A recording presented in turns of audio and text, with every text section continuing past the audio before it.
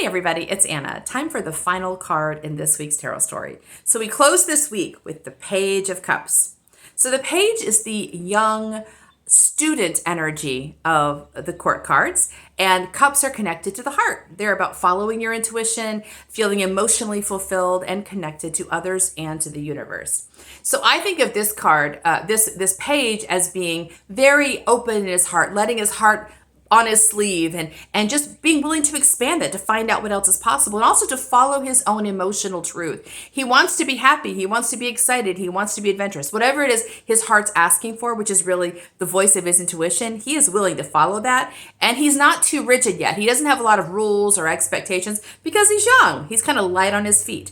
I think of the Page of Cups as being similar in nature to the Fool card in the Major Arcana. And I talk about the Fool card being like that wild child energy that just goes into the world dancing and having a good time. And in the image from the Rider-Waite, he's about to walk off a cliff. He's not even watching his feet because he knows if he walks off a cliff, someone's going to catch him or he's going to grow wings. Because that's the nature of the Fool. He just totally expects the universe to take care of him. And because he expects magic, he evokes it everywhere he goes, right? And he doesn't care that he looks silly. He's not worried about what he looks like. He's just following his own inner compass.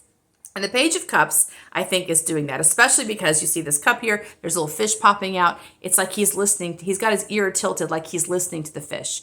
And that is exactly what it is to follow intuition. You are listening to something that's a little surprising, not linear. You can't exactly explain it, but you recognize it. You recognize that feeling in your heart or that vibration in your body or that twinkling in your consciousness that's saying, hey, let's go do this.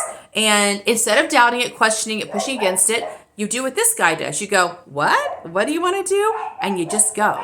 You don't even pause. You don't pause to say, how would I explain this? Or doesn't this look strange? Or is this logical? You just go, hey, the fish is talking. I'm following. So I feel like this card is an invitation for us to kind of to walk into that light, whimsical, magical way of being, and to become more and more aware of that, the way our intuition talks to us, and to take it seriously. It doesn't matter if you can't explain it. There's something true there, and you want to honor it and follow it because it is an act of genius. This fish represents the genius that's popping up out of the spiritual realm to speak to us. Eventually, if you follow it, it will finally come into play. It'll finally develop in such a way that your mind goes, oh, that's what we're doing.